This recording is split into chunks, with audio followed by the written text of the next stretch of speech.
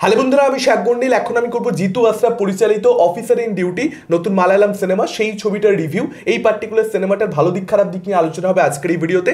গল্প সম্পর্কে স্পয়লার না দিই, যদি একদম সংক্ষেপে বলি, আমি অ্যাকচুয়ালি গল্প সম্পর্কে বেশি কিছু এখানে বলতে চাইছি না। একটা চেন চুরির কেস থেকে অ্যাকচুয়ালি গল্পটা শুরু হয়। একজন কপ সে ইনভেস্টিগেট করছে এই চেন চুরির কেসটাকে। এবার সেখান থেকে গল্পটা যখন একটার পর একটা খোলস ছাড়তে থাকে, খানিকক্ষণ বাদে গল্পটা এমনই জায়গাতে পৌঁছে যায়, এমন একটা টার্ন নেয় যেখানে আপনি অবাক হয়ে যাবেন যে একটা চেন চুরি কেস থেকে গল্পটা এখানে চলে এসেছে। এটা বেসিক্যালি একটা বলতে পারেন কপ ইনভেস্টিগেটিং থ্রিলার বা একটা কপ ইনভেস্টিগেটিং ড্রামা, একটা রিভেঞ্জ থ্রিলার ড্রামা, এই জনরার মধ্যে কিন্তু কাজটা পড়ছে। এই ছবিটা কেরালার মানুষজনের মধ্যে দারুণ সাড়া ফেলেছে, প্রচন্ড বড় বক্স অফিস কালেকশন করতে পেরেছে। আমি সোশ্যাল মিডিয়াতে আমার যেহেতু বিভিন্ন মুভি গ্রুপস ফলো করা রয়েছে, একটা ছবি 1-1.5 মাস আগে মুক্তি পেয়ে গেছে, ওটিটি প্ল্যাটফর্মে আসতে সময় লেগেছে। মালায়ালাম সিনেমাগুলোর ক্ষেত্রে আমার সঙ্গে এরকমটা হয়, আমি আগে থেকে বুঝতে পেরে যাই যে অ্যাকচুয়ালি এই ছবিটা বোধহয় ভালো হয়েছে।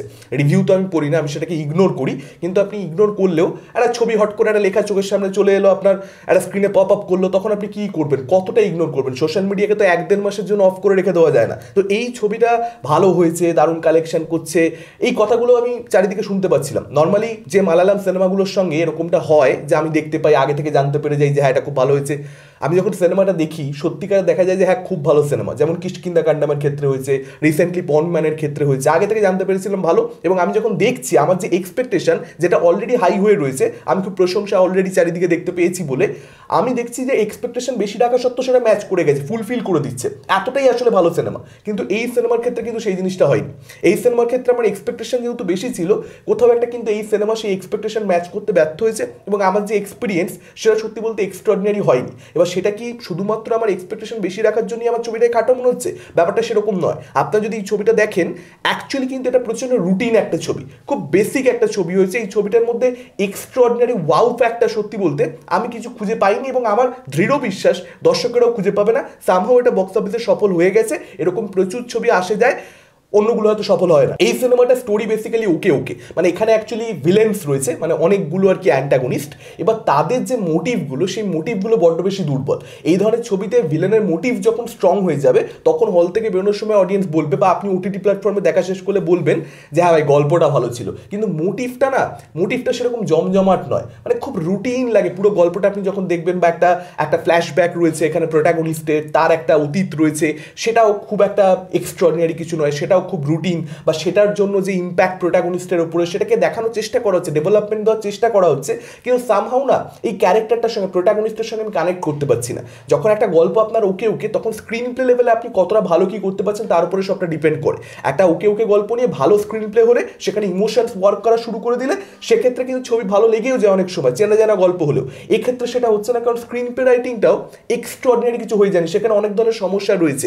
এখানে প্রোটাগনিস্ট যে তার যে গিল্টের দিকটা, যে সে কোথাও একটা আসল সত্যিটাকে লুকিয়ে রাখছে সামনের মানুষটার থেকে, তার কারণ সে চায় যে সামনের মানুষটা কষ্ট না পাক, যে কষ্ট সে পেয়েছে। এবার এই যে জায়গাটা, এটা আরো এক্সপ্লোর হওয়া দরকার ছিল। হ্যাঁ ডেফিনেটলি কিছু মোমেন্টস দেওয়া হয়েছে, সেগুলো ভালো, কিন্তু ইমোশনাল হয়ে যাবো, যে ক্যারেক্টারটার সঙ্গে রেজনেট করা শুরু করবো, যে সেটার জন্য আরো ডেভেলপমেন্ট দরকার, যেটা কোথাও একটা মিসিং। এটা স্ক্রিন প্লে এর মধ্যে দুর্বলতা রয়েছে সেটা বলছি, মানে কিন্তু এরকম ভাববেন না যে এঙ্গেজমেন্টে অসুবিধা রয়েছে।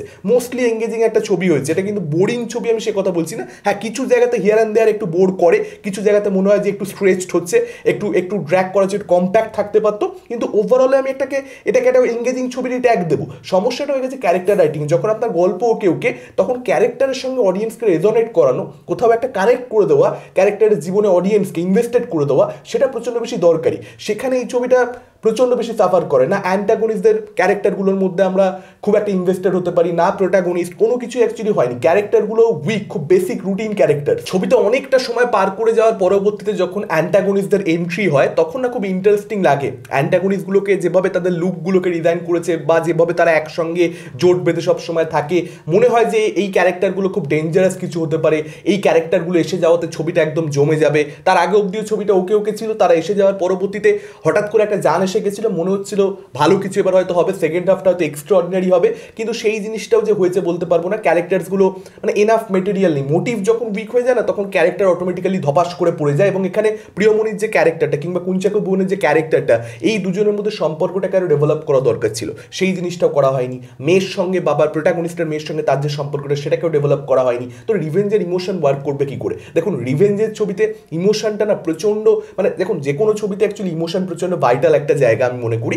অনেক ছবির ক্ষেত্রে হয় যে ইমোশন সেরকম ওয়ার্ক না করলেও বাকি জিনিসপত্র দিয়ে আপনাকে খুশি করে দেওয়া যাচ্ছে, আপনাকে একটা স্যাটিসফ্যাকশন দেওয়া যাচ্ছে, আপনি হল থেকে বেরিয়ে বলছেন বাহ বেশ ভালো ছবি। ইমোশন সব ছবিতে, মানে কিছু ছবি তাকে ওয়ার্ক না করলেও ঠিক আছে চলে যাবে, কিন্তু এই ধরনের ছবিতে না ইমোশন ওয়ার্ক করাটা মাস্ট। সেখানে ছবিটা বিশালভাবে ফল্টার করেছে। আমি খারাপ কাজ এটাকে বলছি না, ডিসেন্ট একটা কাজ হয়েছে, যেখানে ক্লাইম্যাক্সটা বেশ ভালো, একটা নেল বাইটিং থ্রিলার একটা ফিনিশ এখানে দেওয়া হয়েছে, এবং লাস্টে একটা প্রোটাগনিস্টের চালাকি আমরা দেখতে পাই একদম আলটিমেট ক্লাইম্যাক্সে। সেই জায়গাতে প্রোটাগনিস্টকে একটা হিরোইজম দেওয়া, ইনফ্যাক্ট গোটা ছবিতে বেশ কিছু মোমেন্টস আছে যেখানে যেখানে অ্যাকচুয়ালি হিরোইজম দেওয়া হয়েছে। যেমন একটা জায়গা রয়েছে যেখানে মার্ডার করে অ্যান্টাগনিস্টরা চলে গেছে এবং সেখানে প্রোটাগনিস্ট আসছে, হিরো আসছে, সেই জায়গাটা কিভাবে সে ক্র্যাকডাউন করে যে অ্যাকচুয়ালি এটা সুইসাইড নয়, দেখানো হচ্ছে সুইসাইড কিন্তু অ্যাকচুয়ালি মার্ডার করা হয়েছে, সেটা কিন্তু অ্যাকচুয়ালি একটা হাই দিতে পারে। তো সার্টেন কিছু হিরোইজমস রয়েছে, তার সঙ্গে সঙ্গে বেশ কিছু জায়গাতে ট্রানজিশন কিন্তু খুব ভালো, মানে একটা দৃশ্য থেকে আরেকটা দৃশ্যে যে যাওয়া হচ্ছে সেটা এত বেশি সিমলেস, সেটা এত বেশি স্মুথ।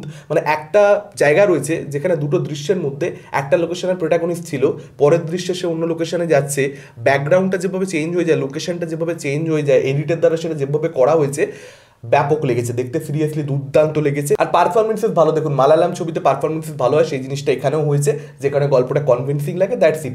এই মোটামুটি ভালো দিক রয়েছে, এটা ওকে ওকে ছবি হয়েছে, ডিসেন্ট ছবি হয়েছে, চাইলে আপনারা একবার দেখতে পারেন। প্রো অডিয়েন্সের এই ছবিটা খুব একটা বেশি জমবে বলে আমার মনে হয় না। আপনাদের মতামত কি, যারা ছবিটা দেখেছেন ডেফিনেটলি কমেন্ট করে জানাতে পারেন। এই ভিডিওটা ভালো লাগলে লাইক করতে পারেন, শেয়ার করতে পারেন, আমাদের চ্যানেল নতুন হলে চ্যানেলটাকে অবশ্যই সাবস্ক্রাইব করতে পারেন। আজকের মতন টাটা, চোখ রাখুন পরবর্তী ভিডিওতে।